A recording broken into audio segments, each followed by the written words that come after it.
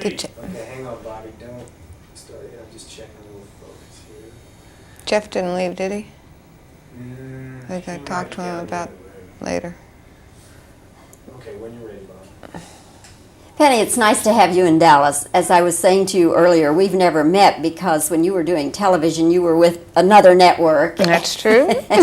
So our paths did not cross.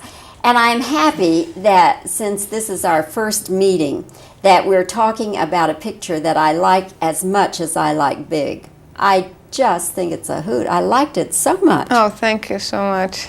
Yes, and I think that you should feel very good about it. I just think it'll do very, very well. But I have to tell you also, Penny, that when it started, I knew nothing about the picture, and I sat there, and as I saw what was developing, I thought, oh no, not another one of these. I know. Not so soon. Now, did you have any of those feelings when you decided to direct this picture? I didn't know nothing about those other movies when I was handed the script.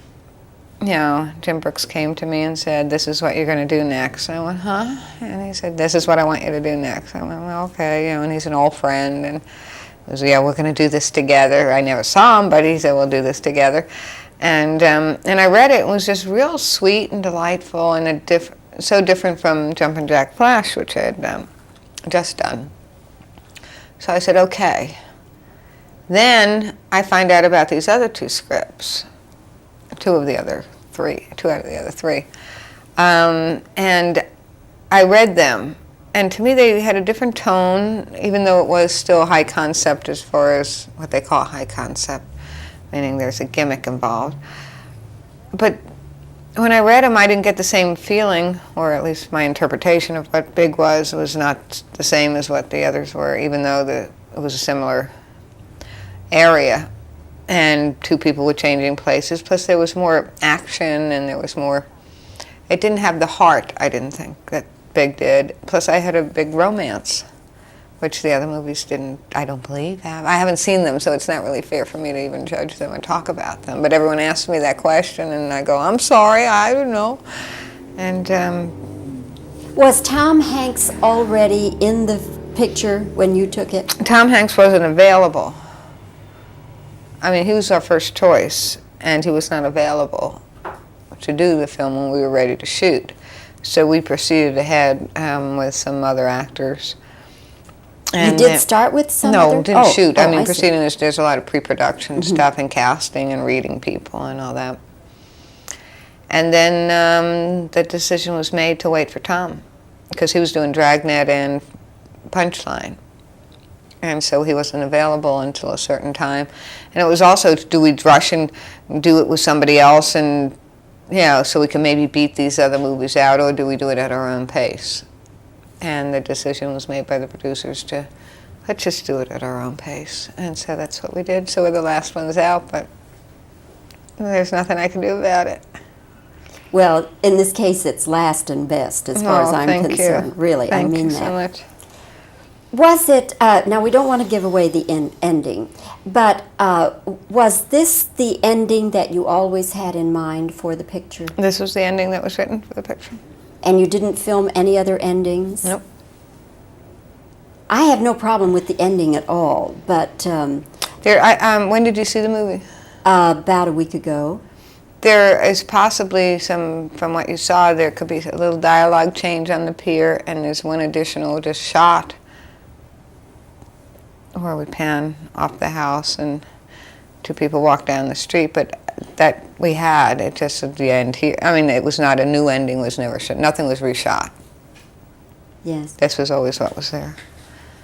Tom Hanks is an actor I've interviewed a number of times, and of course I've seen, I guess, everything he's ever done.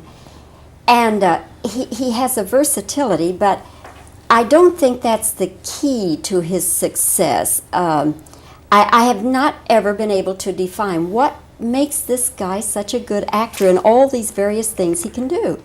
Well, he is one of the nicest people you ever want to meet or work with, let me tell you that. And he's like, I guess like Gary Cooper or Jimmy, so you just like him.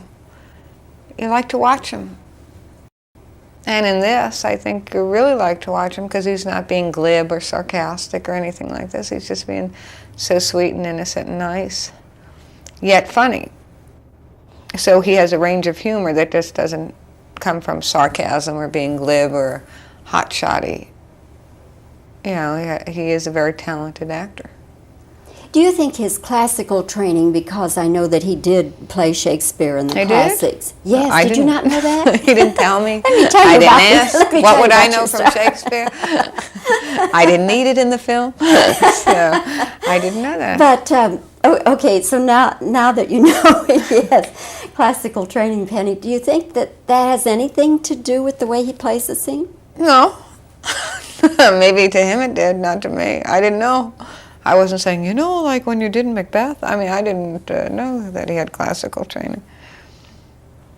So I'm sure everything, to me as an actor, the more you do, the better you are. I mean, just the range of having the experience of taking a chance at doing different parts will make you a better actor.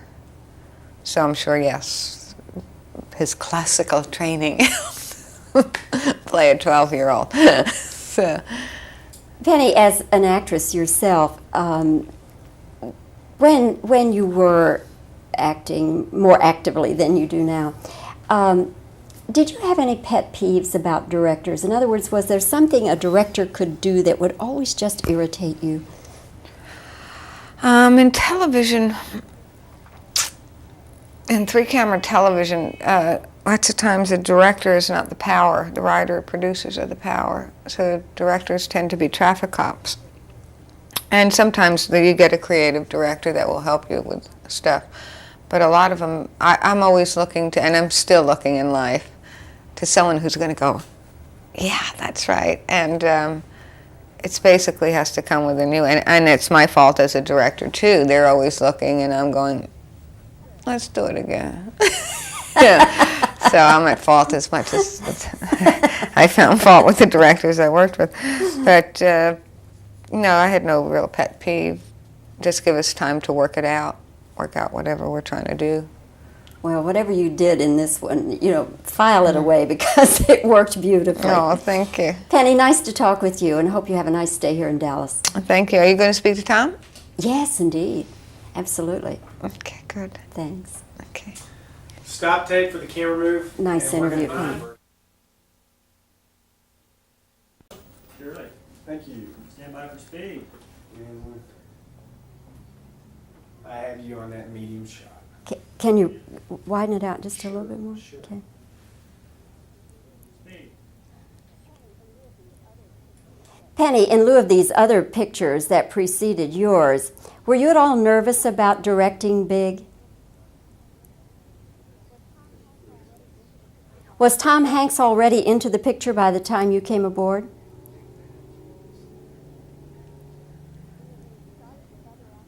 You mean you'd started with other actors? Just a minute. Okay. We're going to have to ask you all to be quiet. Please, I can hear you. Okay, Bobby, sorry about Okay. that. I'm changing composition. Okay. When you're ready. We don't want to give the ending away, but is this the ending that you always had in mind? Were any other endings filmed?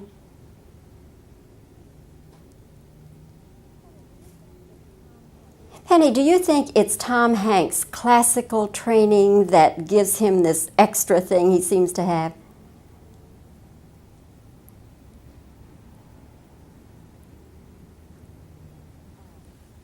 Okay, I'll just give you some reactions now. Okay.